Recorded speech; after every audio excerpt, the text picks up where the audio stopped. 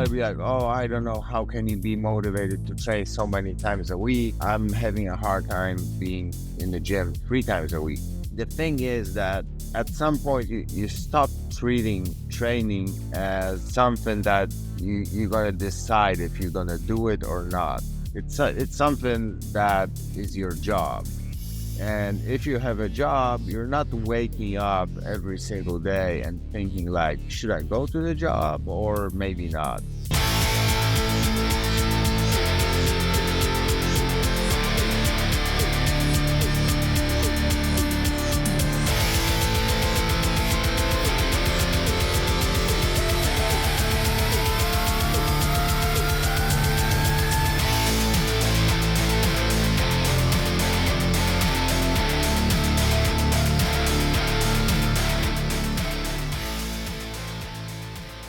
Welcome back to the BJJ Fanatics podcast. I'm your host, Ryan Ford. My guest today is a black belt in Brazilian Jiu-Jitsu. This year, he became the first European black belt male world champion. He's also a 2-time Pan Am's champion, once in gi and once in no-gi, and also a 2-time European champion. He's also a European no-gi champion. He's an ACB Absolute World Champion, a UAE JJF Grand Slam champion, and a Sao Paulo Open champion. He's also an ACBJJ European champion and an ADCC European Trials champion. He's also a Polish national champion at weight and absolute, and he's an Abu Dhabi World Pro champion. Ladies and gentlemen, it's my pleasure to be joined today for the 4th time on the podcast by Adam Wardzinski. How are you today, Adam? Hey, what's up? Nice to be here again. It's great to have you back, man. Adam, first and foremost, huge congratulations on making history this year at Worlds. What an incredible moment that was for your fans, and I can only imagine how much it meant to you. Oh yeah, finally it happened. I was always believing it will happen at some point, and yeah, that was this year. Your performance last year at Pans was legendary too, so to see you followed up by becoming the first European black belt male to win a world championship was just simply incredible. Talk to us about the camp, man, leading up to the Worlds. Were you feeling pretty healthy this year? Did things feel different this year? So it was tricky kind of because at Pans, in the semifinal match, I fell on my shoulder. And it was at first it wasn't really bad because I didn't have to do like MRI, and I didn't suspect it's broken, but it was bumped pretty bad. It was pretty jammed and pretty painful, and I still feel it a little bit to this day. So I still feel a little repercussions from that. And yeah, so the camp started like in an awkward way. I was hurt, and I believe that I'm gonna be totally fine for Worlds and for the like main part of the camp. But yeah, like I said, I couldn't train like in a normal way, and sparring was painful. And whenever I was like rotating my shoulder, I felt it a little bit. And at that point, I said, all right, let's maybe focus more on studying tapes, and thinking what gaps I should fill in my game. And I came to some sit-up guard materials, and then I started to think like, oh, that's something that will fit my game perfectly. And I watched, then I drilled a little bit, and out of the sudden it clicked, and that was the big improvement you could see at Worlds. I dealt much better with people standing on their feet in front of me because of a sit-up guard. I was able to control them. So, you ask if I was healthy. I wasn't at first, at least. Then it was okay. But at first I wasn't. But it gave me motivation and gave me some more time and energy to study materials, and it was very, very beneficial. So it shows how important studying jiu-jitsu, studying video material is, even if you're like 7 or like I think I'm 8 years on my black belt right now. So doesn't matter if you're like starting your journey or you're a black belt 8 years. It's still equally important.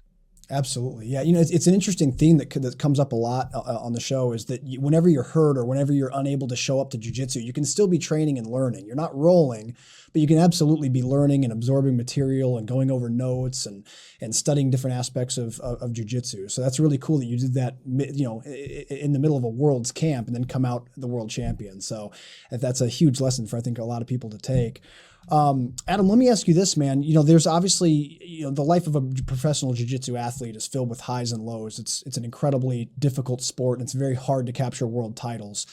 So many people work for it, and so few will ever achieve it. And I've been told by countless athletes that it can often feel like they're just grinding in the dark sometimes, hoping to break through. How would you describe the road that you've been on up to this point?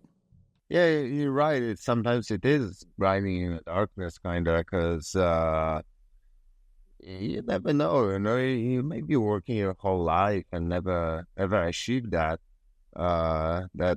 title. But what works for me really well from early days of my jiu-jitsu, let's say, career, but if you're a white belt, it's not really a career. Let's say jiu-jitsu journey is achieving things step by step, and each achievement give you like a push to and give you confidence to achieve another one. So in that case, you're always reassured by your previous achievement that, okay, you're ready to take a next step. You got this, so let's move forward. So this is your next step.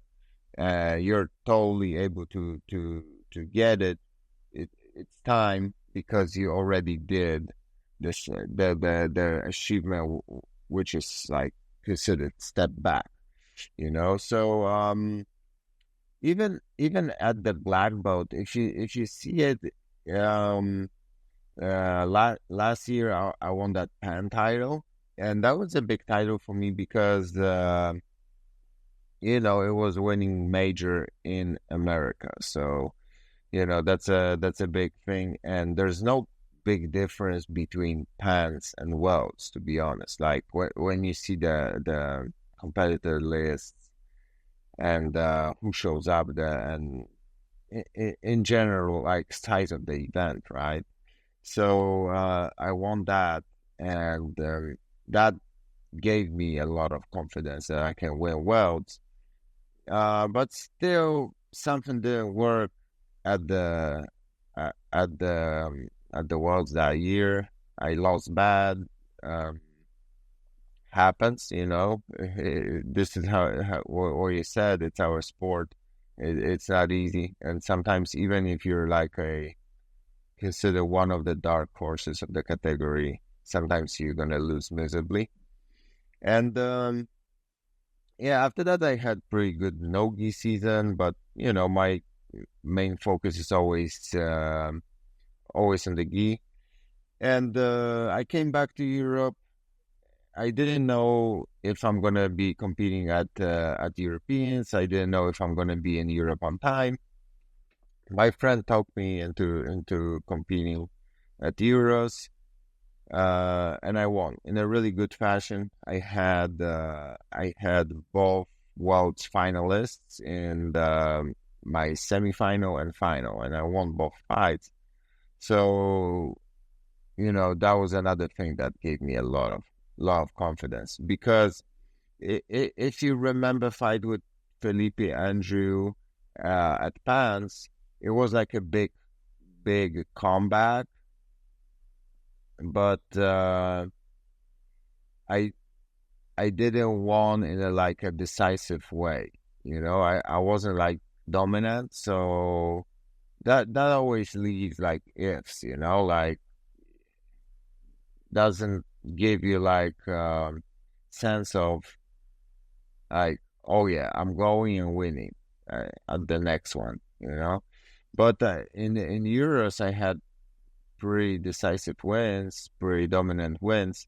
So going to Worlds after this after slipping at pants, going to Worlds, I felt like, all right, I can win with anybody in that division. So, let's just stay focused and let's just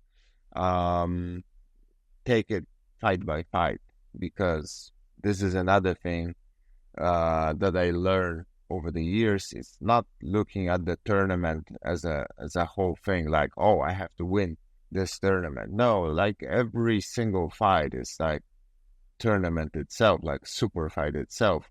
And if you're thinking about your semifinal or your final, who you're gonna meet in the final, then you may lose the focus and you may lose the first fight.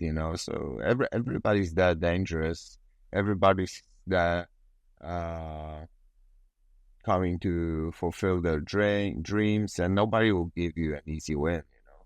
So yeah, I took it fight by fight.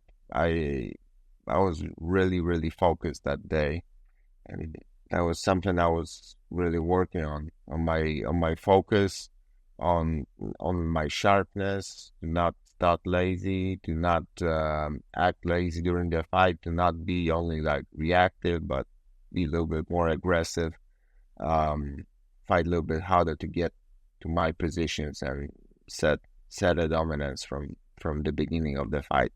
That's excellent, man. You mentioned a moment ago about your match with Felipe Andrew. Something you said there reminded me of something that Roger Gracie told me a long time ago when he was on the show. He was talking about how if he had a match and someone even scored anything on him, even if he won, with a large margin of points or with a submission, it would eat him up afterwards for months, like that the person was able to do anything. It's kind of that obsession for perfection that you see in the highest people in the sport. How important do you think that is as a personality trait? I mean, I'm not obsessed to that point. It won't eat me up because, win is a win. I rather focus with my like feelings on that victory. I won't spoil the taste of victory by thinking like, oh, I lost points there. But after this first like celebration time, you go back with your thoughts and you're thinking like what went wrong. And of course, if you're winning like in a dominant way, that gives you like big confidence for next matches, because you feel like, oh, I shut down his game completely. He couldn't do anything. All right, let's do it again. But if he got some points on you, some positions on you, then you're like, like it can happen again, and he can be a little bit smarter in the future, and maybe, he'll control you better after scoring points. So this gives you like a second thought that there's still things to fix, and you actually have material to watch and see what kind of things you have to fix. So yeah, of course, like winning in a really dominant way. That's the best feeling, the best way, not losing any points. That's awesome. But at the top of the world, it's not always possible, even because there's really high level people there. But what I was really, really happy about is that I was able to win by 4 submissions. Something that doesn't happen too often at Worlds. My style is like, it's not like dynamic type of submissions, that I'm going to be flying and jumping and catching people in a blink of an eye. It's more like grinding people down and getting to a dominant position, then getting subbed from there. But it's an old school jiu-jitsu, and this is how jiu-jitsu works. You like get like this is how you want jiu-jitsu to work and to be effective. You want to hold your opponent down, you want to drain his energy, and you want to finally apply the submission. That's my style. That's actually, I love that style, man. It's literally like watching someone fall into quicksand. You know, just they're slowly sinking down until it's over. So I think that's a very beautiful form of jujitsu for sure. I also really like your mindset you had. I like how you talked about how, you know, when you're looking at things you're trying to improve upon, when you're watching tape after competitions, it doesn't bother you. It's just that you notice, okay, here's some things I want to fix. I think that's a much healthier. That obsession for perfection thing is not always the healthiest mindset. I think that what you described is a much more manageable and healthy way to look at it. So that's really cool.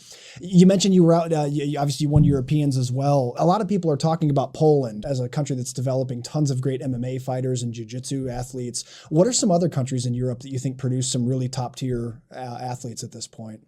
I think at this point, it doesn't matter which country you're gonna pick, small or big one. In every single country, you have like really good up and coming athletes, especially on color belts. It dissolves a little bit at the black belt. I think it's because it's so hard to keep the focus for all those years up to the black belt and then still maintain the focus. But you still see some high level people breaking through. But yeah, color belts are like really promising, and you see people from UK, people from France, but even like smaller countries like Belgium, Netherlands. So it looks really promising, and I hope that my victory will contribute to mm, like to make those people like even more motivated, because I believe it's good to have um somebody closer that that achieved that. And when you're in Europe, like if you look at US or Brazil, it's like a different planet, so when people from US and from Brazil win worlds, it's like it doesn't give you an idea that you can win it too, But if somebody from your circle from Europe wins that, that gives you an idea that all right, it's achievable. I can do that as well, probably if I maintain my focus. So yeah, even if there's so many athletes on the market that that you can learn from, and they can serve as a motivation. So even if these young Europeans, even if they don't look at my style as something that they would like to incorporate into their game, because they maybe like more dynamic players like Mika Galbao, for example. I understand that, and it's okay. But at the same time, I think I can boost their motivation a little bit just by being European, just by being somebody from that circle who won that.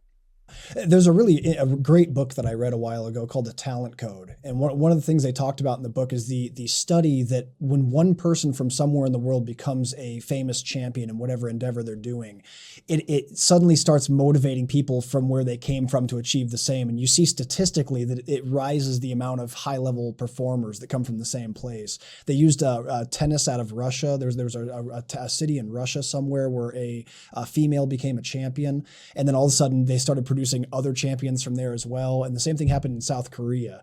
So it'll be interesting to see now with you achieving this, how many more European male world champions we end up seeing. That's going to be really an interesting thing to see moving forward. Obviously, I'm sure you've gotten tons and tons and tons of love from people all over Europe. Pretty excited for you, huh? Oh yeah. So the response after the competition was really huge, and I wasn't even able to dig through all the messages, to be honest. So sometimes my friends are writing me right now with some other case, and then I see that they send me congrats afterwards. So now I'm responding. But yeah, made me happy, obviously, but it was a little bit overwhelming. At some point, couple days afterwards, I told my wife, like, it's nice to win worlds, it's nice to have this title in the bag, but I just want to have a little bit more peace of mind and come back to my routine, And then this is what I did, actually, and this is also like people like to ask me, like, how do I feel having that title? And I'm like, I'm feeling normal, I'm feeling like I felt before. It's cool to have it, of course, but nothing changes in my mindset. I still want to train, get better, and I'm looking, towards new goals. And you could see that, actually, like past weekend, I was competing at the American Nationals, just because I love competing, and it doesn't bother me to put my, I'm not really putting it on the line, but like risking taking loss at the smaller tournament after winning world championships. I'm like, all right, let's go. Let's yeah, put it kind of on the line and see what happens. But it was a good tournament, so I'm happy I competed in it. I had solid matches, so this is how I like to do it. Like, just move on and keep doing my stuff. On to the next one. That's awesome, man. I love hearing that. Yeah. That's really cool. Obviously, an important factor to success is consistency and dedication to mat time to achieve anything big in jiu-jitsu. What advice can you offer as far as like young people who are coming along in the ranks and coming along well in competition, who find themselves winning titles and bigger titles and think that they might have the potential to become a full-time jiu-jitsu athlete? What can they do to create a lifestyle that allows for serious, consistent training? Like, what are some things you've done in your life to ensure that you're able to train as regularly as required to reach the levels that you have? So I think it's very important to, especially when you're young, and you're still in like high school, or you're studying, and people be like, oh, but I'm studying, it takes so much of my time. Yeah, it takes so much of your time, but try working 8-9 hours a day. Then you'll see like how is it, how the things are when something like that takes your time. So like, you still have a lot of time, and most likely you have your parent support still. So try to use that time to create some jiu-jitsu connected sources of income. So you can, like, get some money, and most likely put it back into jiu-jitsu, and support your journey, support your like travel costs, all the things connected with jiu-jitsu tournament. So that's the perfect time, the perfect age to do that. So I would always encourage people to work extra hard at that time of their lives, to like get some privates, work on your social media, because that's a big market right now. If you can show that you're doing a good work in your area, you're gonna get people interested in maybe like online privates. You're gonna also get some people like just willing to support you, like sponsors. And always see what can you do inside of your gym.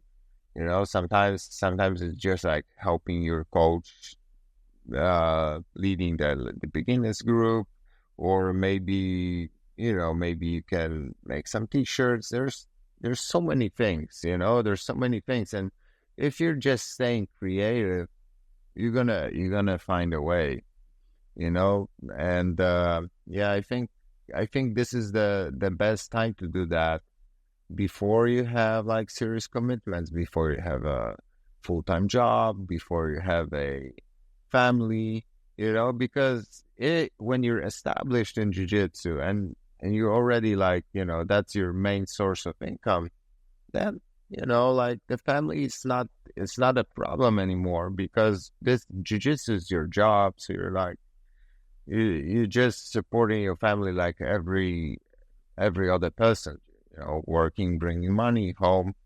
It's only the different way of bringing that money.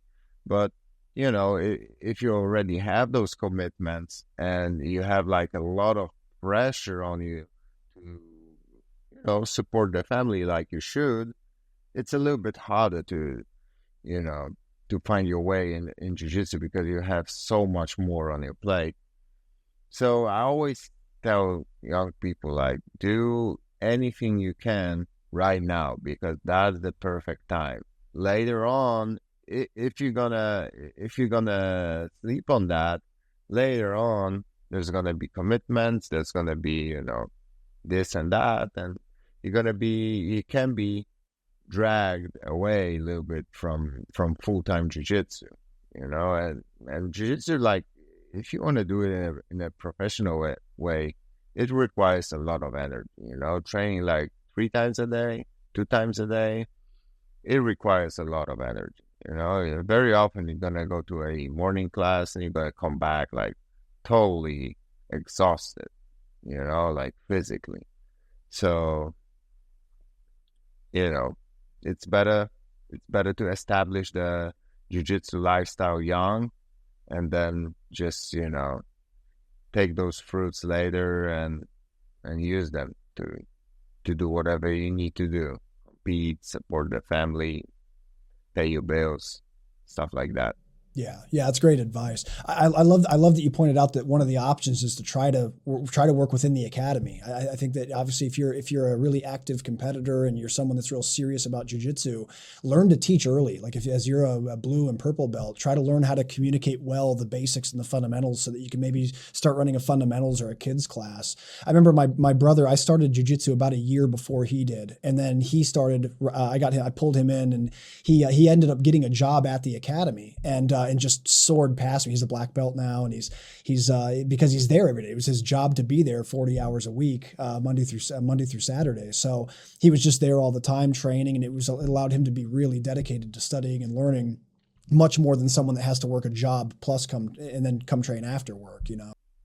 Yeah, teaching skill is essential in jiu-jitsu, you know. Of course, there are cases where you're just an athlete, especially these days. These days are the days of big opportunities. But, you know, like, there are people who are just an athlete and they have decent salaries from their super fights. But let's be honest, like the huge part of jiu-jitsu is teaching, because whenever you're good, people themselves, they're gonna ask you to teach this and that. And, you know, like, right now you got instructionals, you got seminars, you got private, you got the privates, you got the opportunities to teach in the gyms.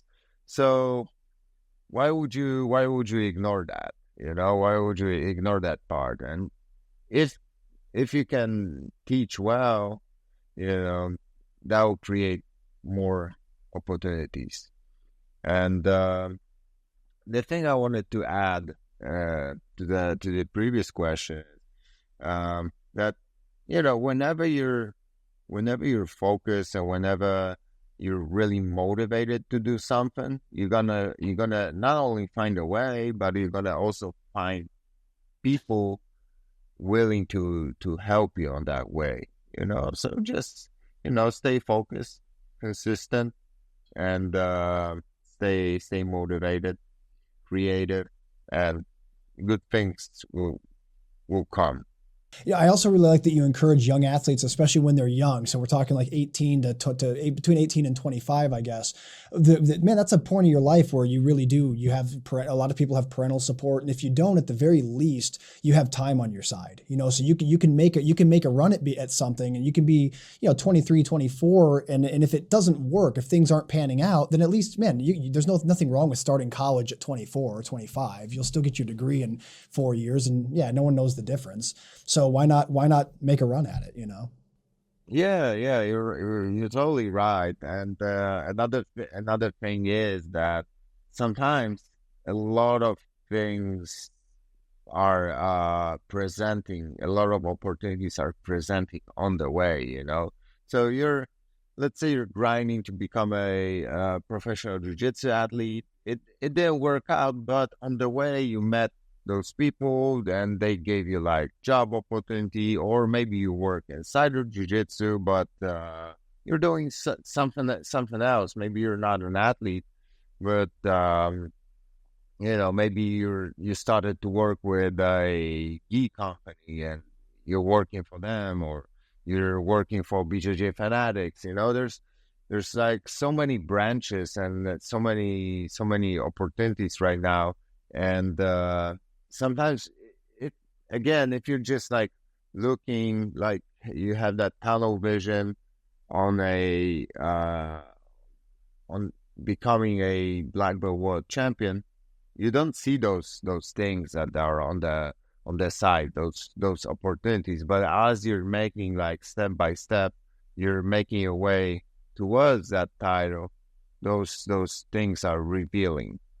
Those opportunities are revealing. So you can't even predict those opportunities. That's the thing. You're meeting so many people on the mats, people doing so many different things in life, that the opportunities are there every single day. So even if you fail in becoming the best athlete from your region or in the world, there's so much more to jiu-jitsu, so many more opportunities, and there's always a way.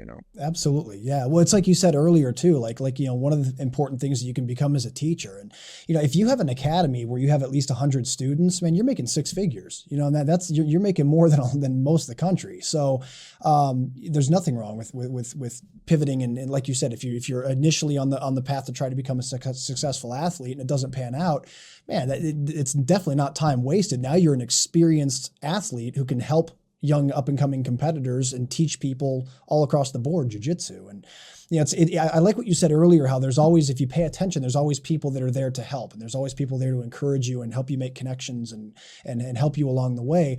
That's nice to hear, because I think a lot of people that go on this path, they run into a lot of naysayers, and it can be hard sometimes to remember that there are people out there who will encourage you and who will help you if you're just paying attention.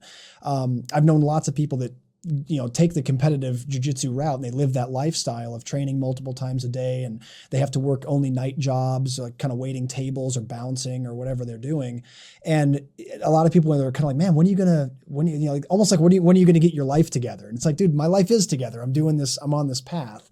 And, a funny story, like one of our founders, Bernardo Faria, he mentioned in a story to me years ago that when he first told his parents, he finished business, he got his degree in business after college, and then told his parents, hey, I'm just going to commit to jiu-jitsu full time. And they about had a heart attack. It's like they couldn't believe it. But I mean, look at him now. I mean, and so and there's countless stories like that of, yeah. He's doing very well. Yeah. Yeah. And there's lots of examples, even people who just have like a local jiu-jitsu school who are doing great, man, make six figures, do a really good job. That's a legit business. Yeah. But yeah, I know it's hard especially for parents, these are the people that are the closest to you, most often. And, they're just wishing you the best, and they don't want you to, to always do like part-time jobs, and, they want to see you successful. And, of course, with the growth of jiu-jitsu and growth of professional scene, it's easier to believe that you can make like a decent career out of that right now these days. But I still probably, when you say that you want to become a professional jiu-jitsu athlete, it's not something that your parents would like you to do at first. They rather believe that you're going to become a lawyer or doctor, some more like the classic way of career, and that's understandable. Sure. And probably, there's so many things like that. Like when your kid tells you that he wants to become like a professional video gamer or something like that, and, something that is out of our circle, and we can totally react in the same way. But this 21st century world is a world of opportunities, and if you're passionate enough about something and you're creative and you're willing to work extra, you can be successful in anything.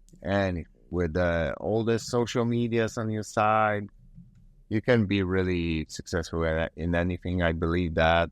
And you just have to be consistent. You have to pick your path and stay on that path, whatever it is, even video gaming. Yeah, very well said, man. On the subject of work ethic, talk to me about work ethic and discipline, because obviously there's that's a very important ingredient to everything we're talking about. You have to work really hard for whatever it is you're going after. What are some standards that you and other elite athletes that you've known hold yourselves to when it comes to work ethic in jiu-jitsu? Yeah, so this is one of the most important things. And, when you're talking with people outside of the sport who treat the sport as something they do for their health, well-being, but it's not something they treat as a lifestyle, they're going to be like, oh, I don't know, how can you be motivated to train so many times a week? I'm having a hard time, being in the gym 3 times a week.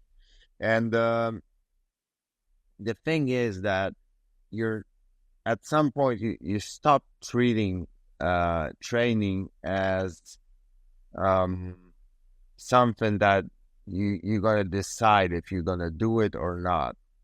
It's not like, oh, maybe I'm going to have a piece of cake today or maybe not. It's something that is your job.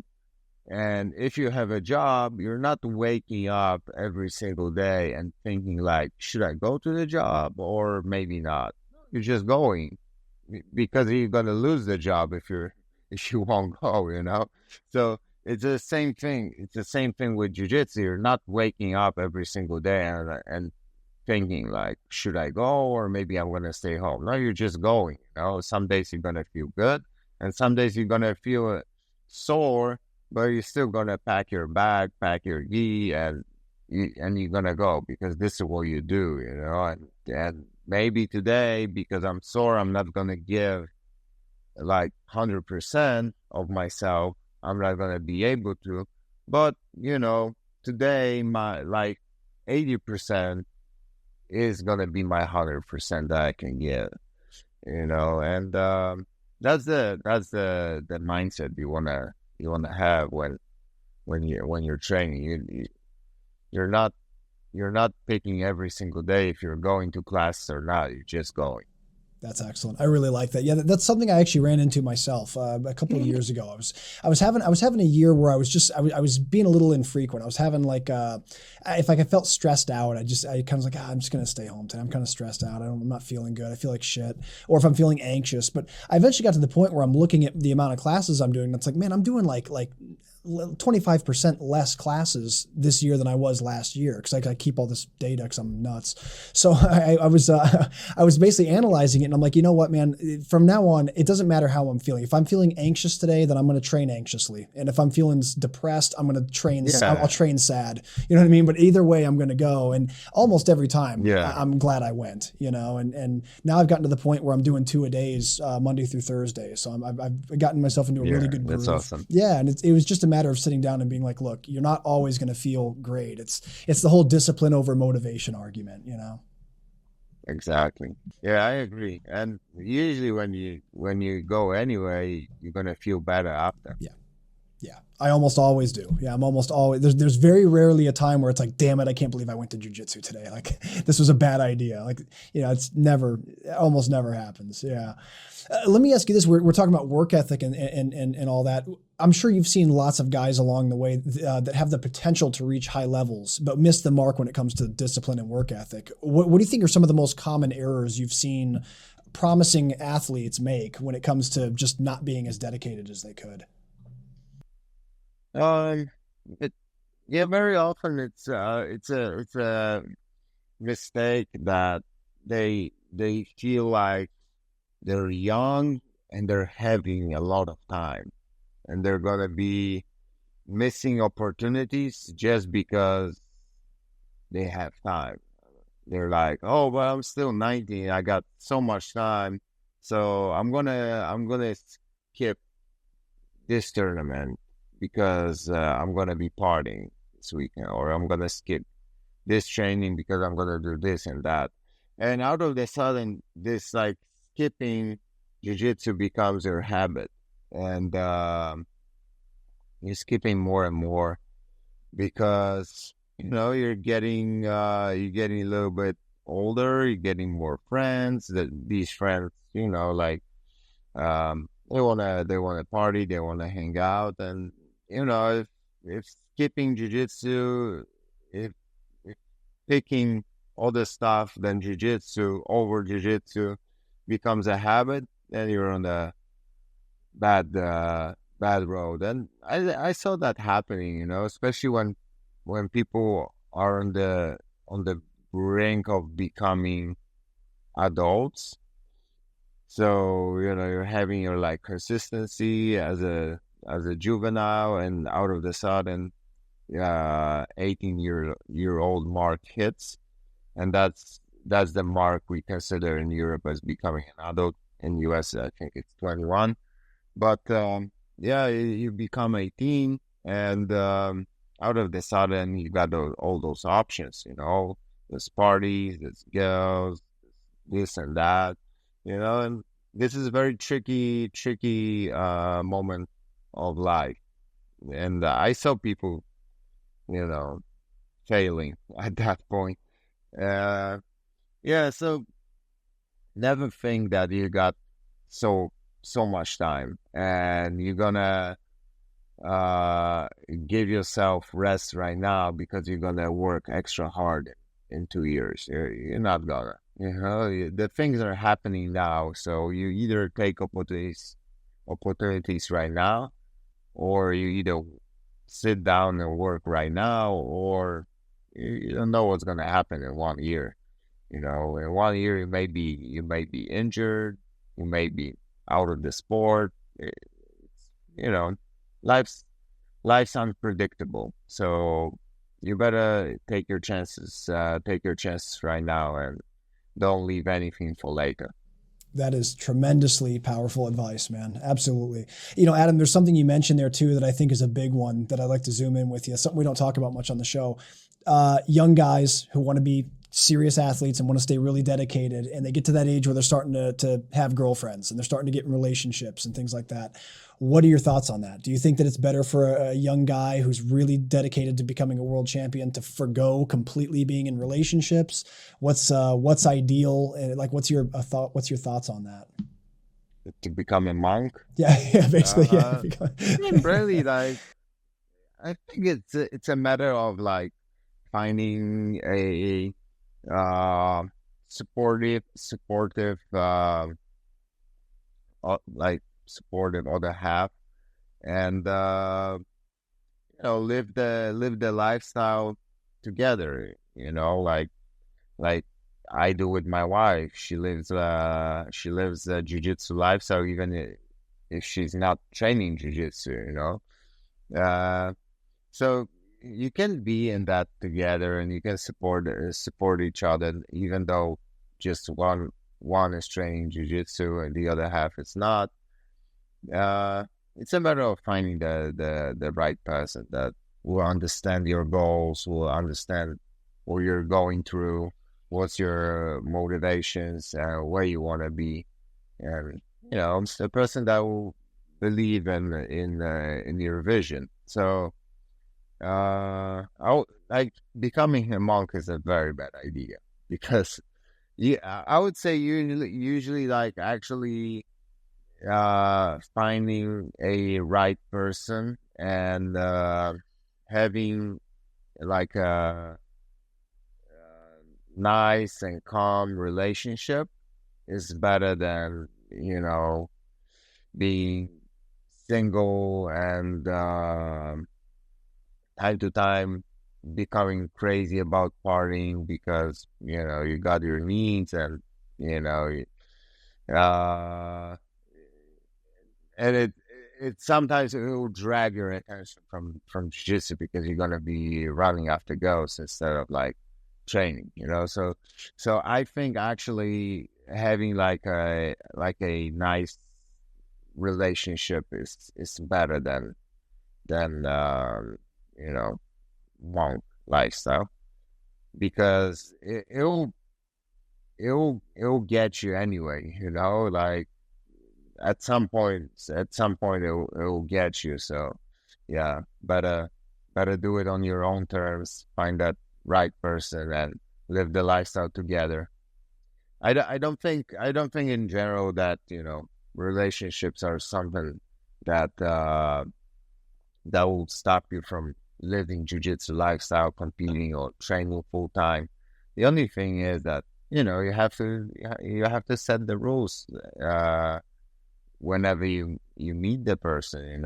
You need to like tell what's important for you, and that jiu-jitsu, you consider jiu-jitsu your job, and this is not something you can easily skip. This is something that is in your schedule every single day, and this is how the things are. And I believe that if you find the right person, she'll understand that, and she'll actually support you on that way.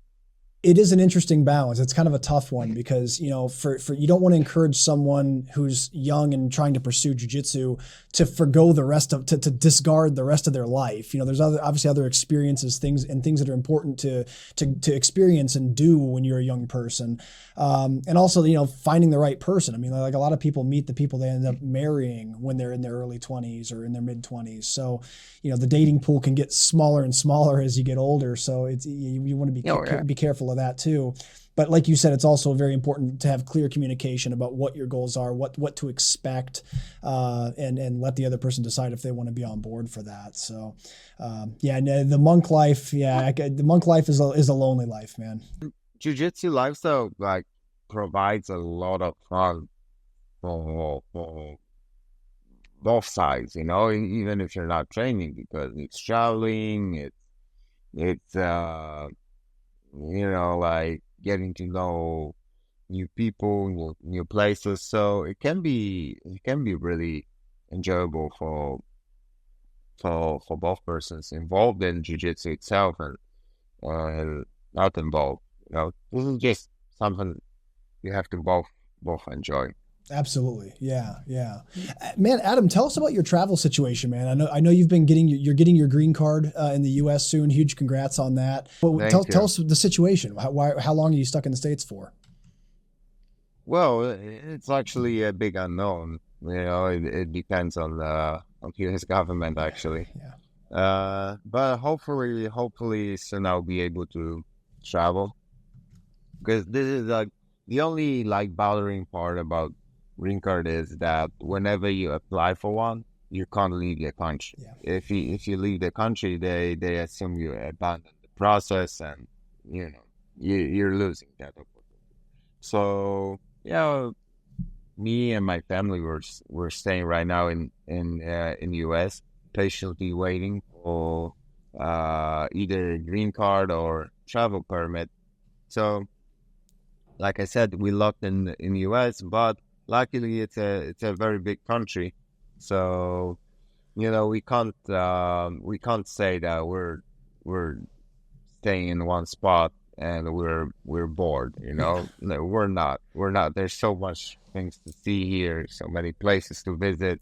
We stay very entertained. Yeah, yeah. I think if you're going to be stuck anywhere, the U.S. is obviously not a bad place to be stuck. So that's good, man. Yeah, Yeah, yeah. Sometimes when you look at the map, it's hard to realize how big this country really is, because when you're in the country and you start traveling a little bit, and you especially when you're like driving here and there, like to different cities, then you see that these states are basically the size of European countries, and very often they're bigger than European countries.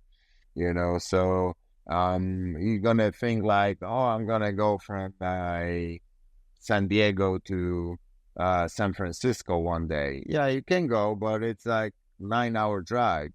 So it's like a cross country drive in most of European countries. Like probably you go like 9 hours from one side of Germany to another, and Germany is a pretty big European country. So this is the things that you really realize when you hear.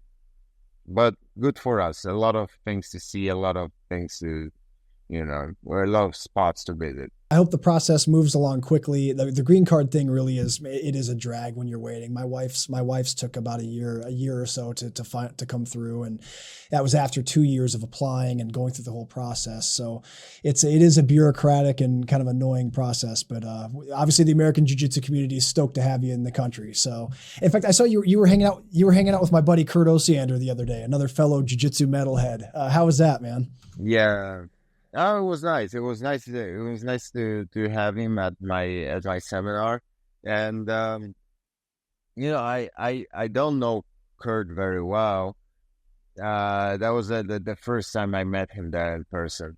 But I saw some news in the internet that he was like really really sick, injured, going through surgeries, and it was nice to see him on the mat.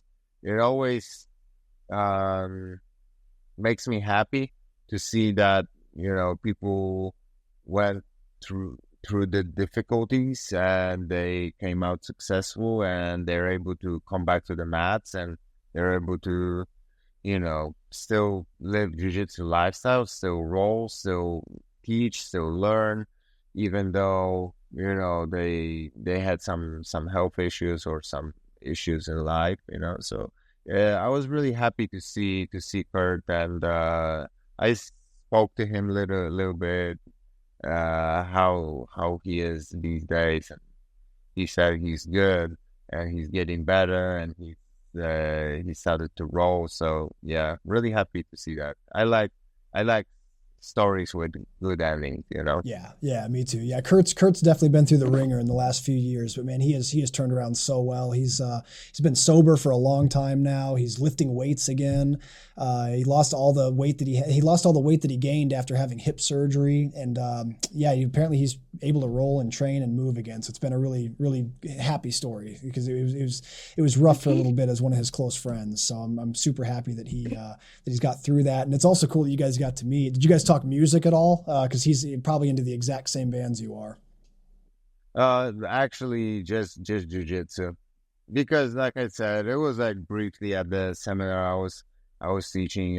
But I feel we have things in common that we could talk about next time when I'm in San Francisco. For sure, man. I also saw you got a new tattoo recently, man. Now, correct me if I'm wrong. Did you literally pull the design out of a random box at a tattoo shop? Yeah, so I'll try.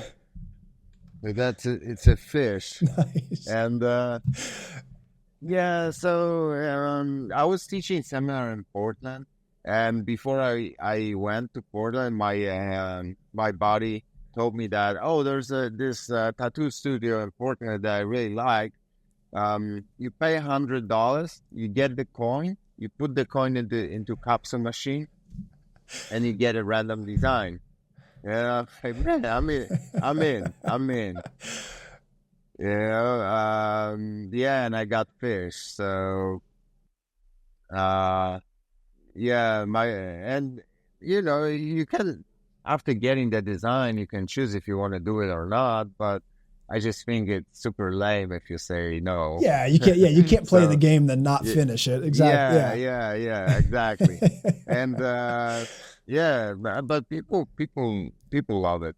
My body said that this is the best tattoo I ever got. That life gave me a fish, to remind me about something. We don't know about what, but yeah, That's so cool. maybe about the trip to Portland. I've seen people at like tattoo shows and conventions sit down with their arm or their leg like on one side of a curtain, and then the artist is on the other side, so you can't see what's being done. But it's usually Damn, yeah, that's hardcore. It is, but it's usually with like a respected artist. It's like someone that's kind of known, so you can assume the quality is going to be really good. But man, I don't think I'd have the courage to get a random design. I respect the sense of adventure that you have and the people that do that, but I'd be sweating, man. I'd be a little nervous about what would be there when they move the curtain. Yeah. Exactly. Adam, man, while I have you here, man, let's talk music a little bit. Because you and I are, like you and Kurt, you and I are also into the same kind of music. What bands have you been into lately? So maybe I'm gonna tell you about the shows I went here in the US, because my music choices are very often connected to the shows I'm about to go or I went to. So like recent month was kind of easy. I wasn't able to get to any shows, and actually I missed some shows as well afterwards. Just because like this like big adrenaline rush after the competition, and this like big adrenaline high, and I was like, oh, I'm not ready to go to the show yet. But yeah, before that, I've been to Judas Priest, and Judas Priest concert is always a good idea. It's such a good show. I've been to a very, very good one, and that was a really small show in the club in Hollywood. I saw Bruce Dickinson of Iron Maiden.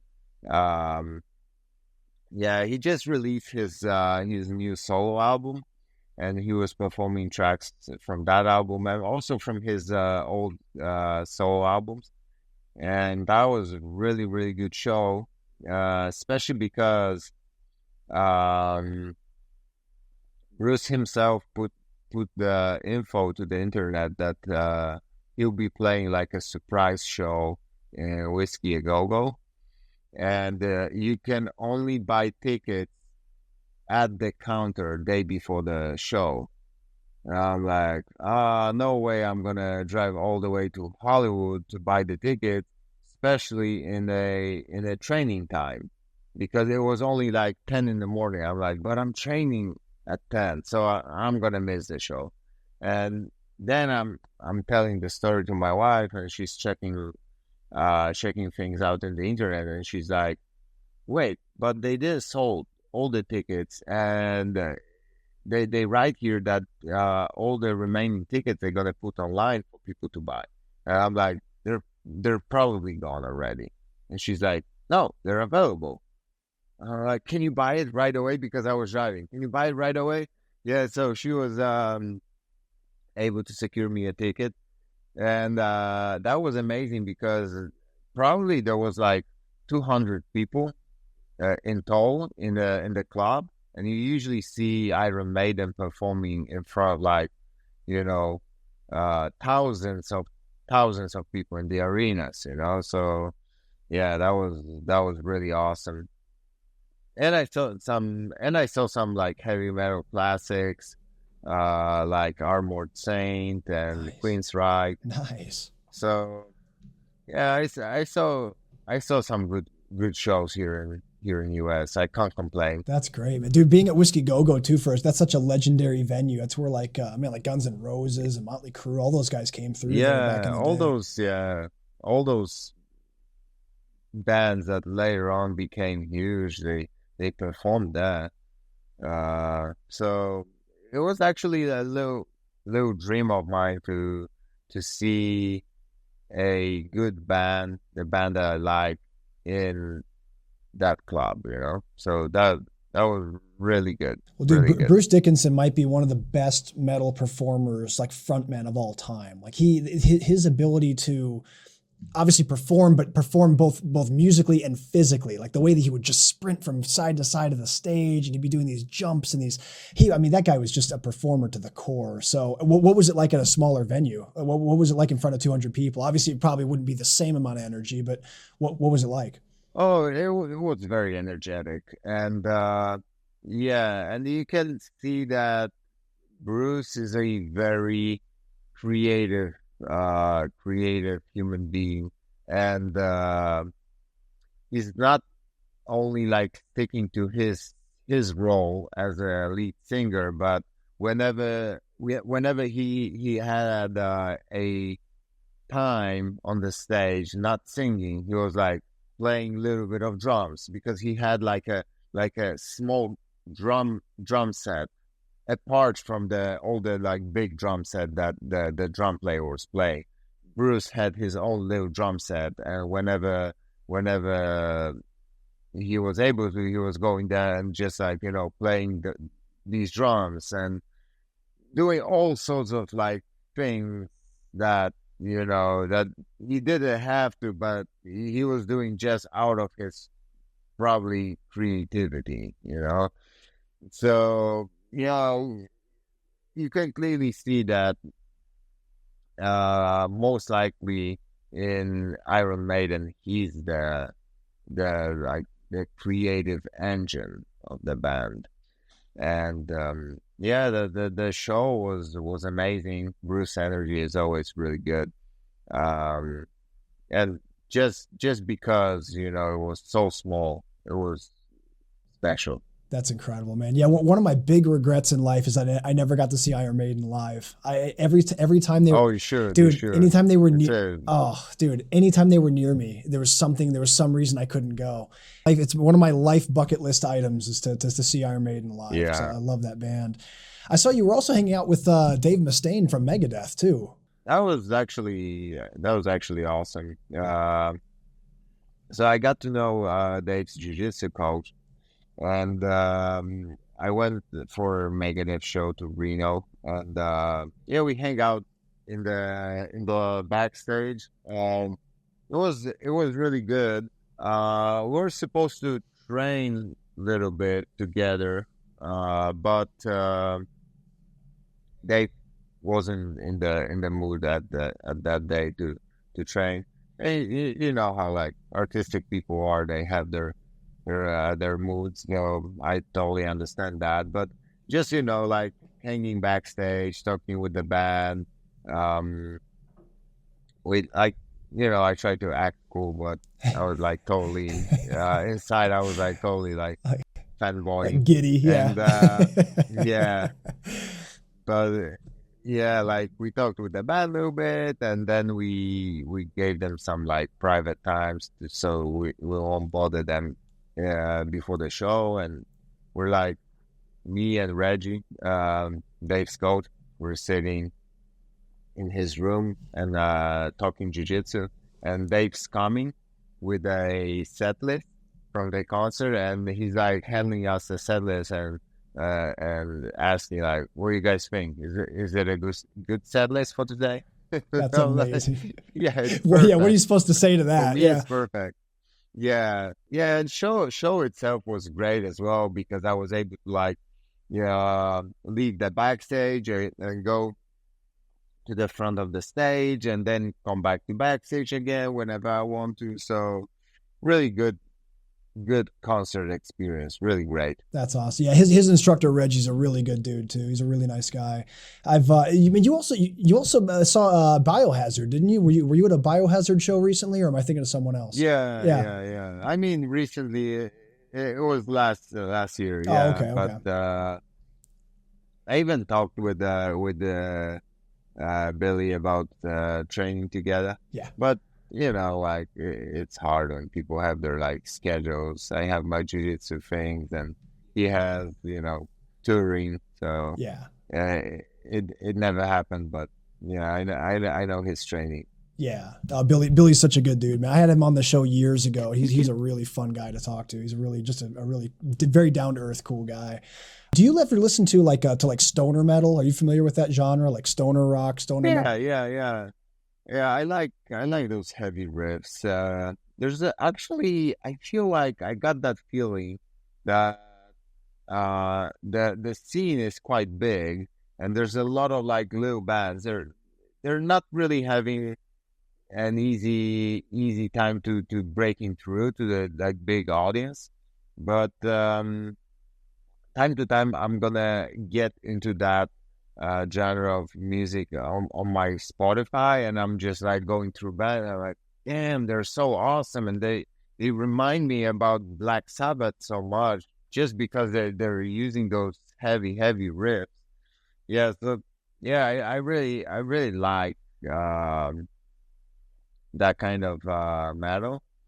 The thing is that usually I don't pay too much attention when I'm listening to like stoner metal radio on Spotify or something. I don't put too much attention like what band I'm actually listening to. It's more like background music, yeah. Yeah, but I really like it. I have so much love toward Black Sabbath because it was the first band, like metal band I ever heard. And this is what actually brought me to metal music, that, whenever I hear those heavy riffs reminding me of Black Sabbath, I'm like instantly, that's my kind of music. It's basically like Sabbath, but like it's that sound, but in modern times. So they're like kind of like recreating. Yeah. Are you familiar with the band Caius? Have you heard of Caius? Dude, Caius is. I'm gonna send you a list. Caius, and then you also have to check out. You have to check out Caius. You have to check out Moon Wizard, and another one is Sons of Arrakis. If you check out Moon Wizard, you got to start with the song Phantom. It's really, really good. And then Sons of Arrakis has a song called Scattering that's just awesome. And those two songs will give you a good idea of each band. But yeah, I'm huge into this genre right now. And I need to give credit where credit's due too. My buddy Todd Schaefer, who's one of our team members here at BJJ Fanatics, he's the one that turned me on to both those bands. So I got to shout Todd out for that. But yeah, I'll send those to you. Let me know what you think of them. They're really good. After a podcast, I'm about to make a drive to Del Mar to train with Majid Page. Nice. I'm gonna listen to these bands on the way. I got you, man. I'll have that to you today for sure. Adam, I'll tell you what, we've reached a point of the show. That's where I always play a game with my guest. You've done this before. It's the game called the Pummel. The Pummel's a series of random questions. Some of these are about jiu-jitsu. Some of them have nothing to do with jiu-jitsu. But if you're down to play the Pummel, I'd love to play this game with you again. Let's go. All right, man. I got a couple new questions since you've been on last. What's the largest animal you think you could beat in hand-to-hand combat? Damn, black bear. A black bear, okay. No, man. only black, not the grizzly. Not the brown one. Okay. Not the grizzly. What's your go-to technique for black bear? I don't know if butterfly guard would be super smart with a black bear. What would be your tactic? But you mean like beat and win, or just survive and escape? You got to beat and win this animal. Right. I think we're naked or guillotine. Okay. Probably that's the only thing you can do. Like I don't think leg locks or paw locks will work. Yeah. Yeah. I would stick to chokes probably if I have to fight. Yeah, I think the whole wrist lock the world thing probably stops at bears. That's probably that's probably the limit for wrist lock the world. Yeah. I think. Yeah. If you found a genie lamp and you could have 3 wishes, the normal genie rules apply, so no killing people and no wishing for more wishes. What 3 wishes would you wish for? Yeah. 3 wishes. Yeah. All right. So I would do, one wish.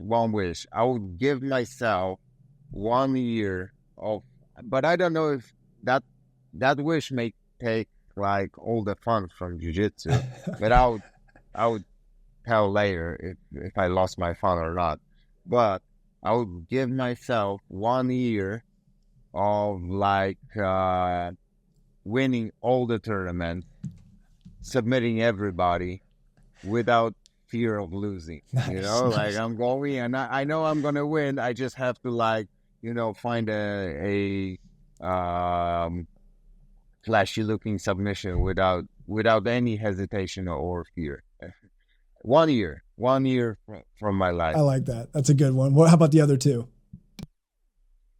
Oh damn, that will require thinking. I'm gonna stick to one right Just now. the one wish. Okay, so you leave 2 in the pocket. I like that. That's good. Yeah. What do you think is the worst job you ever had in your life? Worst job I ever had. I think it wasn't too bad, but it was kind of hard, especially because I was doing that work together with training, and I was doing that to raise money for competition later, like traveling costs and stuff like that. So I was delivering these huge bottles of water that people are using in offices and also at homes.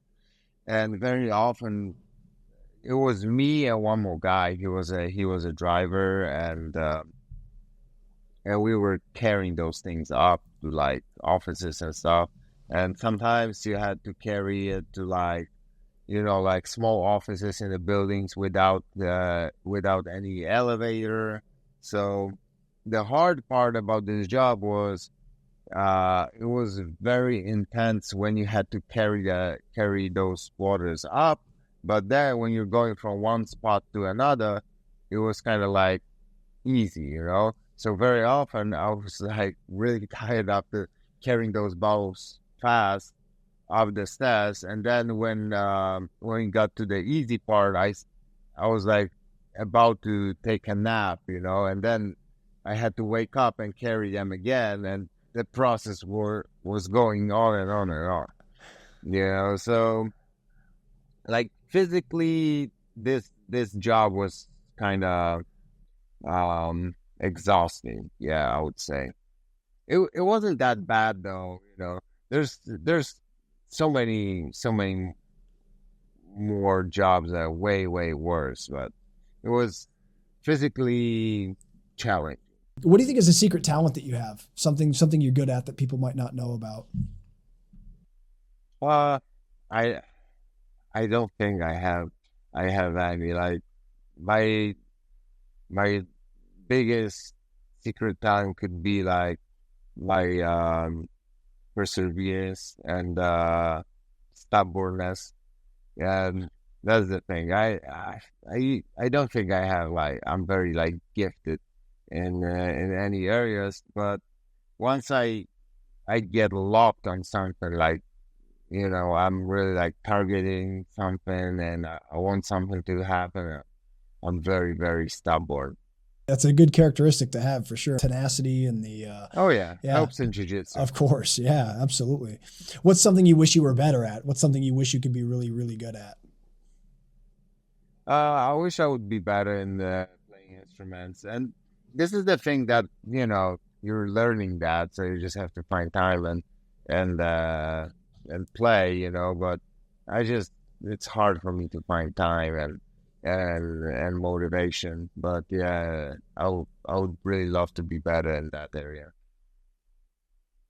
Or maybe not. Maybe I just like the idea of, being a good guitar player, but it's not something that I really would like to. But, I like the idea of being good in that. Yeah, being able to like pick up a guitar and start shredding is something that I think that would be an amazing ability. Yeah, what kind of guitar do you have? Yeah, I just have like acoustic guitar back home, and that's it.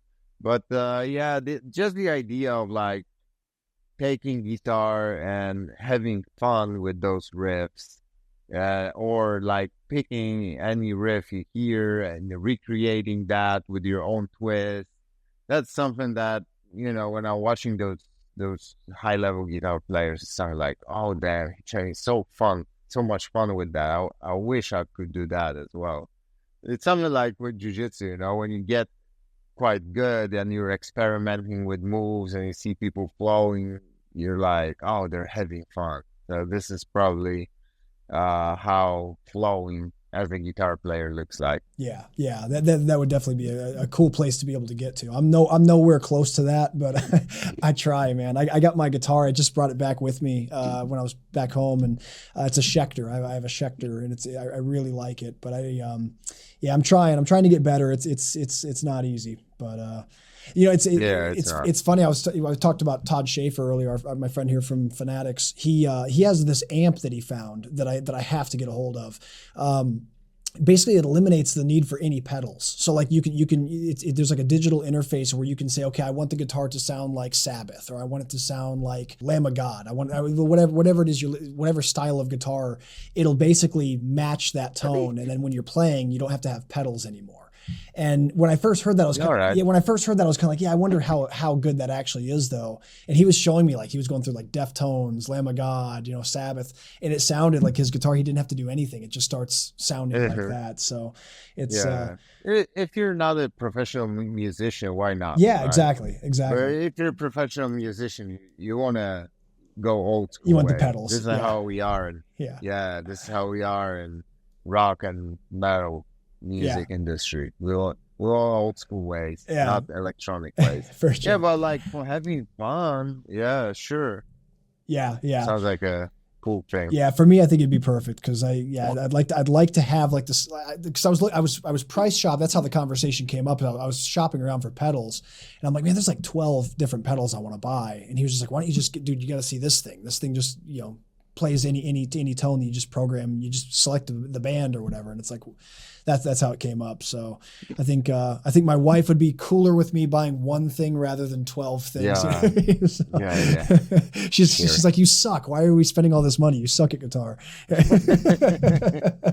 Exactly. Adam, what do you think is the worst injury that you've had in your career? I didn't have any like really serious ones. The thing with the shoulder bothered me a little bit, and I was worried about that. I had some minor torns in my knees, but other than that, nothing really. And I hope it will stay that way. Here's one I just came up with on the spot. Tell us about your biggest culture shock that you've experienced living in the U.S. Obviously, you've been to the U.S. many times before, but living there, what's been culturally something that's been different? I see differences on a daily basis, and what I like about U.S. is like freedom mentality, even if you got some laws that people like gonna think, oh, they don't have any sense. People will just not obey, and this reminds me like old school days of Poland so much, like people speeding on a highway, and they're gonna be like, oh yeah, you can totally go over the speed limit by 10 or 15, and police won't even catch you. But if you go like 20, they will. So be aware of that. So this is kind of cool. I like it. I like this mentality.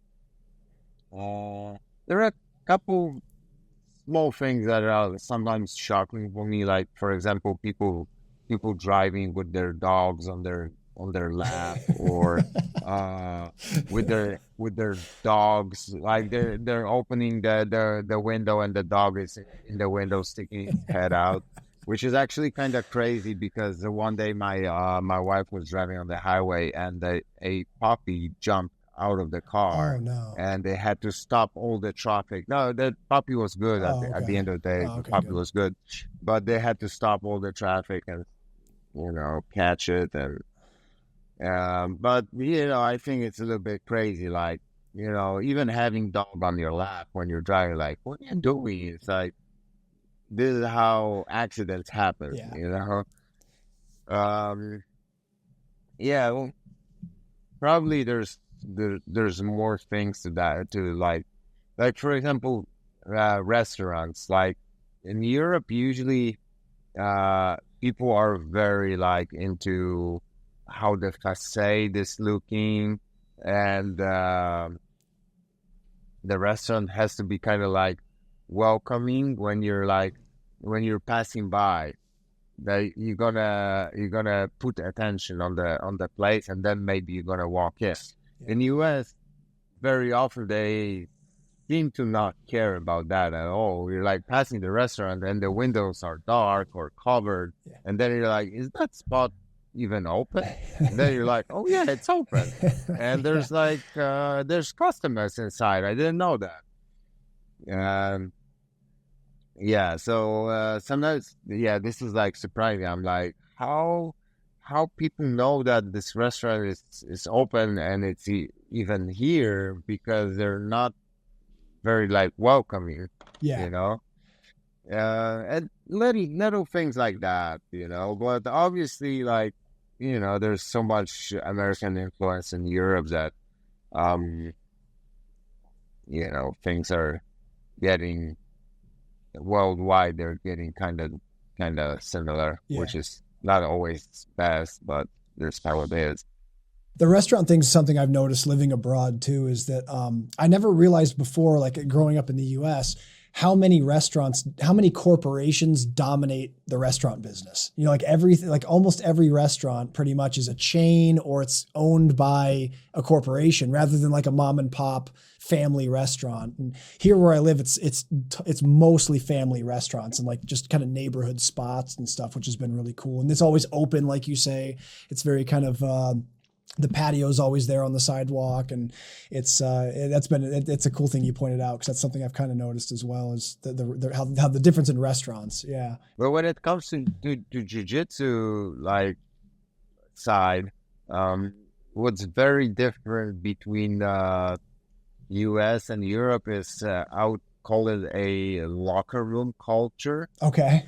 So in the U.S., in the gym, sometimes you don't even have locker rooms. You have like just like a cabin to change your clothes, something like that. Sometimes you have a locker room, but it's very, very small. It's nothing like in Europe, or it's very rarely like in Europe. In Europe, you got those like locker rooms, and I don't want to sound gay here, but people like in Europe, people get like naked and they take shower, and it's kind of like open shower space, and they take shower together. They talk, then they're like drying themselves, putting their clothes on. So it reminds a little bit like a old school bath type of thing, when you're like hanging out with your buddies, and you're like taking like a spa thing, like a bathhouse feeling. Kind of thing. Yeah, like a bathhouse. Yeah, that's what I meant. Yeah. In the US, it's like you just like change quick and go, or you just like you're going home in your gi or something like that. Yeah. So different locker room culture. What about the metric system? Have you struggled at all with like with like measurements and? Oh yeah, that's something that's been hard for me reversed, but yeah, every single day.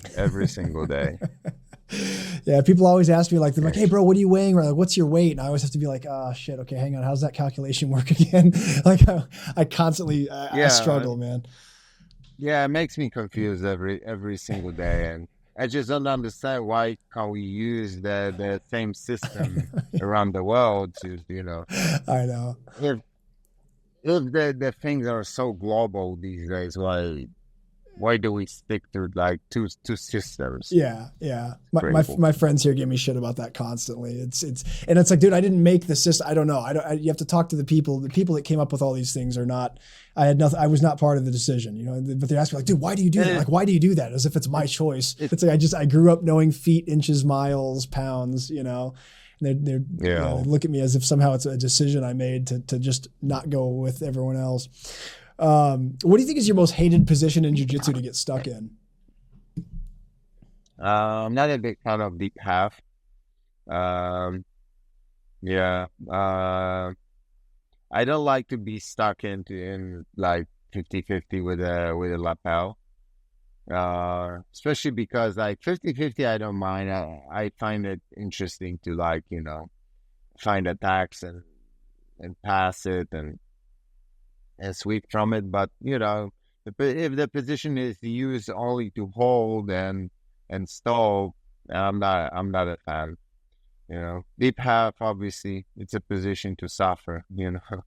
So I'm not a big fan. Sometimes out of like, you know, sometimes you want to be creative and you want to mix things up a little bit. Sometimes I'm going to be like, all right, today I'm deep half player, but it's never a good idea. Yeah, 50-50 is one for me too. I think with 50-50, what happens with me is I hate the feeling of that I can attack, but you can attack me the same way. You know, like there's that equal, I hate that dog fight. I'd much rather be in a place where I have the advantages and you're having to, you know, to improve your position. But I mean, there's people that do that so well though, man. The 50-50 game it's such an important position to know. That's the thing about jiu-jitsu. You can be good in any position you want. You pick the position and you can become really good in it. Yeah. So that doesn't matter. You mentioned that you're going to go train with Majid Hage. Have you rolled with Jeff Glover before? No. It was funny because last time when we rolled with Majid, Jeff was calling him and he was video calling. So he was watching us rolling through the video call. Nice. Which was funny. But we never had a chance to roll. I think he went through some stem cell therapy right now. Yeah. So he may be out for a little while to recover after that. His jiu-jitsu is awesome, but his deep half in particular is really cool. So I was going to say, I was just curious if you were going to end up training with him while you were at Majid's, because I know he's there a lot, but he's light. If he's playing deep half, then he knows the way to not suffer. It feels like for example, Bernardo way of playing deep half is like taking a lot of pain and suffering, but eventually coming on top and taking revenge. Yeah, exactly. Yeah, then you suffer for sure. Yeah. Who's your favorite grappler of all time? Favorite grappler of all time? Well, I have couple people, but like two of my favorites probably Buchecha and Roger Gracie. Great choices. Yeah. Two of the best ever. Yeah, great choices. How about your favorite MMA fighter of all time? That would be hard to answer because I'm not really like following MMA too closely. Oh, okay. You know, so fair enough. Well, I'll have to think about it a little bit more. Probably it won't be the pick I would really like to pick.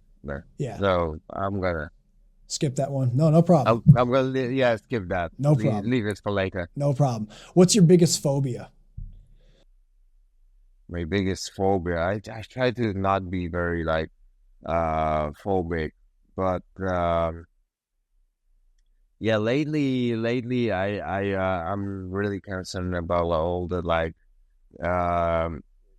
skin diseases you can get on the mat. So I try to, you know, take my hygiene to a next level. But this is only because I had like a little staph infection, and that reminds me how much I hate it. You know, I hate that stuff, and I just killed it with the antibiotics. But still, it's unpleasant, you know. So right now I took my hygiene to the next level, and I got those like alcohol detergents to like use on my hands and all sorts of stuff that I'm using just to stay safe. It's for now. It usually goes away a little bit. I'm like, I don't need that alcohol thing anymore, and then you need a reminder why you really have to like be careful. And I usually that's a funny thing. I usually get like a bit of skin problems when I come to US, because I think it's a different microbiome here, and my body is not used to it, probably. Yeah, I was going to ask that. That may be the case. I was going to ask that because I've heard people say that. Like I've noticed being here in Brazil that like I haven't really seen anybody with like staph or anything like that. And I've heard other people say, in fact, Danaher Death Squad, they were talking about how in New York at the Blue Basement, it was just something that would occur all the time. But then when they went to Puerto Rico, it was like never happened. So do you think that there's more staph infections in the US? Like, is that something you've seen more than you've seen in Europe, for example? I think so, but I had some in Europe as well. Did you? Okay. So it can happen, but for sure I get more issues when I'm in the US. But I think it may be connected to my immunity. Like I lived my whole life in Europe, so probably my immune system is used to European microbiome, or however you're gonna call that. And whenever I'm coming in the US, probably it struggles a little bit more. Needs to adjust, Yeah, that's true. Yeah, it's interesting though. Let me ask you this: what's your most hated food? What's something you cannot eat no matter what? I cannot eat. I'm not a fan of a raw meat. Raw meat. Okay. Yeah. I stay away from like raw products. The only exception is sushi, actually. But yeah, raw meat is something like disgusting for me. So put it on the grill and I'm okay. But I'm not gonna eat like tartar or something like that. No way. Yeah, no way. That's a risk, man. Yeah, I'd always be concerned just about like parasites or like Yeah, that's one side of that, but another side is like it's just like the texture and I don't know. Just knowing that it's raw, yeah. I like, for me the meat is supposed to be put on the grill or on the pan, not be eaten raw. Yeah. Who thinks your favorite superhero? My favorite superhero. Let me think about that. I would probably because they're part of like DC or Marvel universe. They got into a comic book, so I'll pick Kiss the band. Nice. They're superheroes in their own comic. They did. Books. They did get in a comic book. That's true.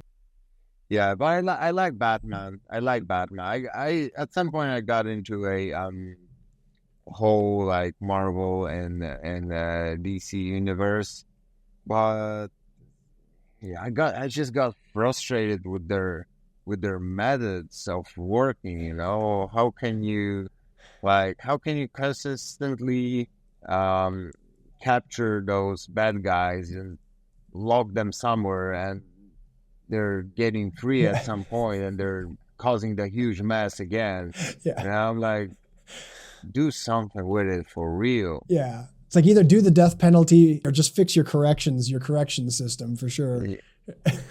Yeah. So I got frustrated with the whole idea. I'm like, I'm not out of here. That's great. If you could pick a superpower, what would you want to have? Winning jiu-jitsu matches effortlessly. Jiu-jitsu man. Yeah, I can win only on jiu-jitsu match. Like any street fight, I'm gonna lose, but jiu-jitsu match, I'm gonna win everything. You just have to always have a guy in the streets that has a mat that can roll out really quickly in case a fight breaks out. Just he's like, come on, bro, get on my mat. If jiu-jitsu didn't exist, what do you think you'd do with your life instead? Hopefully I would be kind of an artist. You know, I was always into like drawing, stuff like that, like visual art. So maybe maybe musician. Nice. That's just the big dream of mine that will never happen. But at least I can stay around rock bands. And jiu-jitsu allows me to go backstage, so I'm okay with that. That's awesome. Final question for the pummel game, Adam. If a zombie apocalypse happens right now in the U.S., what's the first thing you do? I go to Europe. Back to Europe. Right away.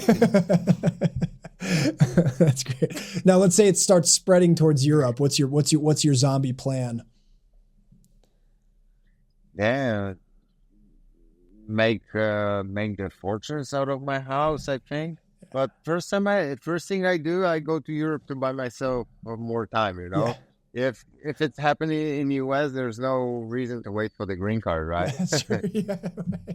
Yeah. All the officials are probably already eaten up by zombies, so I go back to Europe and yeah, I'm building a fortress.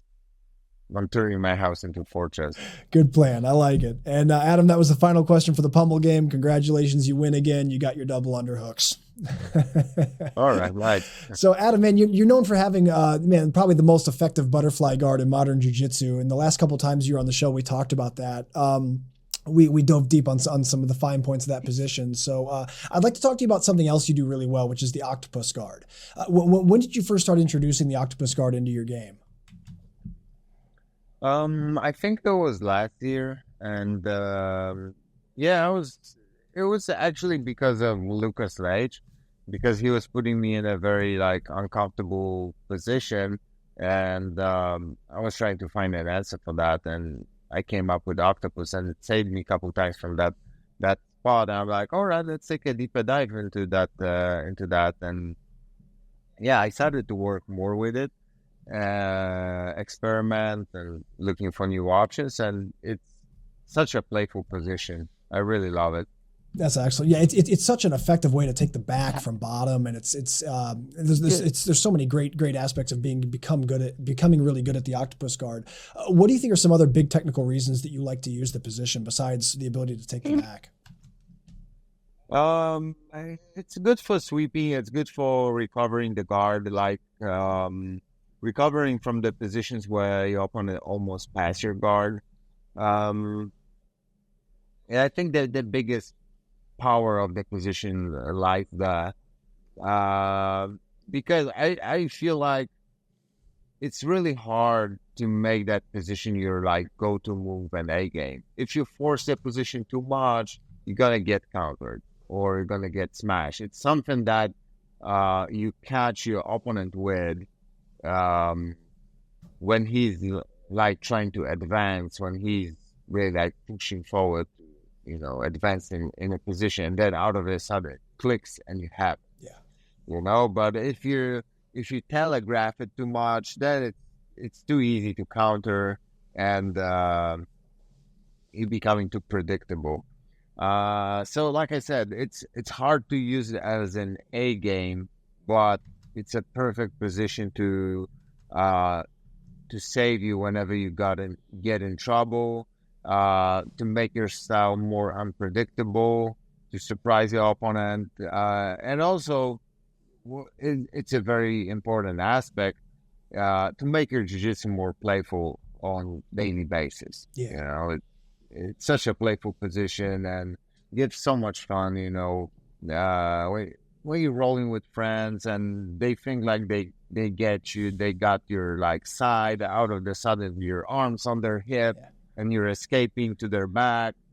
it's fun. It's fun. It is. Yeah, I like that you also pointed out that it's great for retaining the guard. I find that it's a Oh yeah. really good option for like late stage retention. If I'm just about to Oh get yeah. past, it's a really cool thing to pull out of my sleeve. What do you think are some important principles for setting it up in general? Like how can someone make it an easy place to get to, in your opinion? So like I said, you can't force it. It has to click. You have to see the opening, and then use that time frame to attack with it. But it mostly comes from half guard, and the best options are coming from half guard. So if you're a half guard player, yeah, you're gonna see those openings. Um, yeah, so this is what I'd say. I would say half guard, and you need your opponent to engage. If he's disengaging, if he's hesitating, if he's stalling, you won't be able to get it. But when he's engaging, when he's really willing to smash your position, yeah, that's the time to hit it. Yeah, so it's more like something that they walk into rather than you chasing them down with.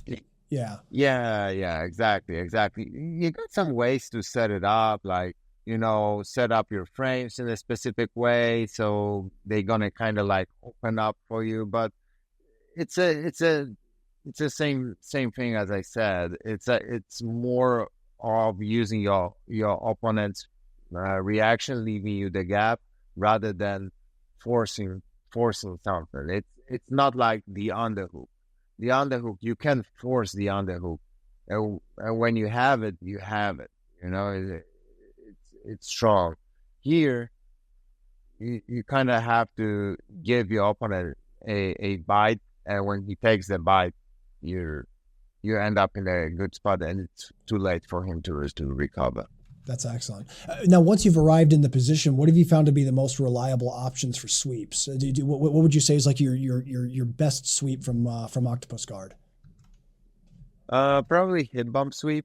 Yeah. But also depends how your opponent is setting up his hips. I like hip bump sweeps, but also whenever my opponent is breaking his hips to the ground, like going sideways, I like to connect octopus with a butterfly hook. So I sink in my butterfly hook, and then it gives some cool options because I can sweep over the head, or I can use like a classic almost hook sweep from that position. And the coolest part is you don't have to stop with a sweep. You can keep going and take the back. What would you say are the most like common technical mistakes that a student might make when they're first developing the position? Well, I don't think that like well I don't think that it's a big mistake, but I think it's a common problem that people leave too much space for their opponent to get with their arm in front of their faces to counter the octopus and to flatten them out. So this is the big issue. You have to know how to react to that and how to avoid that. Once you sort that out, you kind of good. You're gonna find your way. So this is usually like not kind of mistake I see, but something that people don't know how to work against. Yeah, that makes perfect sense. Well, man, guys, if this is an area of your game that you're wanting to improve upon, Adam's newest instructional is actually about the Octopus Guard. It's called Octopus Guard Engineering, and it's available right now at bjjfanatics.com. So go check it out and make sure you add this aspect to your game because, like we said, it's a very important position to be able to use, and it's a lot of fun too. So check that out right now at bjjfanatics.com. Adam, man, I usually conclude most interviews by asking what your goals are for the rest of the year, but damn, man, I mean, you've already become a world champion and made history in the process this year. So what else are you hoping to accomplish by the time the year's over? Well, so I think that I'm gonna this year I'm gonna stick to the gi. So most likely, I'm gonna be looking to do some like um, good gi tournaments, and I hope I'm gonna be able to do some GPs from my BJJF, the invitational ones, and there's Polaris gi Grand Prix coming up in September, so I hope I'm gonna be able to be back in Europe at that time and compete in it. There's also Abu Dhabi World Pro, so there's plenty of options in the gi. So I think I'm gonna stick to the gi till the end of the year, and yeah, I'm gonna focus on gi tournaments. Well, folks, unfortunately, we're fresh out of time. Adam, it's so great to always catch up with you, man. And again, huge congrats on your accomplishments this year, dude. It's been really exciting to see your career progress the way that it has and see you achieve all these great things. And obviously, you're welcome back on the show anytime. I'd love to have you back in the future. Oh yeah, let's do it. Let's do it again. Excellent, man. For anyone out there that wants to keep up with Adam, it's really easy to do so. He's active on Facebook. He's got an athlete page there. He's also active on Instagram, Wardziak_BJJ. His YouTube channel is Adam Wardzinski. Make sure you guys subscribe and hit the bell icon to get notified when he adds new content. And then also, guys, he's got a seminar tour he's doing that's starting this week, right, Adam? This week, yeah. Awesome. So you guys check out his social media and get those dates so you can figure out where he's going to be. And obviously, if you can drop into one of his seminars, that would be a really, really great one to drop into. If you can't make it to one of his seminars, you can learn from him anywhere in the world here at BJJFanatics.com. He's got several instructionals with us. The one we talked about in depth today was Octopus Guard Engineering, which is his newest one. So make sure you guys type his name into BJJFanatics.com and get that knowledge. And that's going to do it for this episode, everybody. I really appreciate you tuning in. Please stay tuned for the next episode of the BJJ Fanatics podcast.